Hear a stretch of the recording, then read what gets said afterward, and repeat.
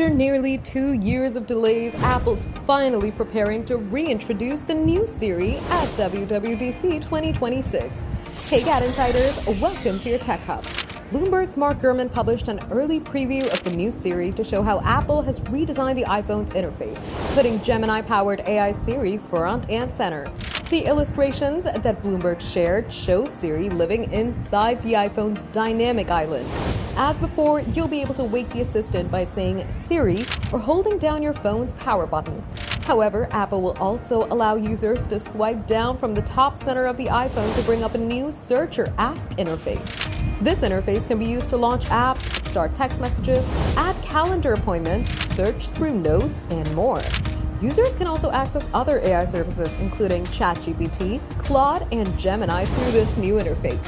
Apple will also offer a dedicated Siri app that's designed to compete with ChatGPT and Claude. The software will allow users to converse with Siri through text and voice, and it supports photo and document uploads too. You can also pull out chat history from other chatbots as well. Siri is coming to the camera and photos apps too. It's going to replace the company's existing visual intelligence feature and will allow people to snap a photo and put it through Google reverse image search. Tools like Reframe and Extend are also coming in the Photos app.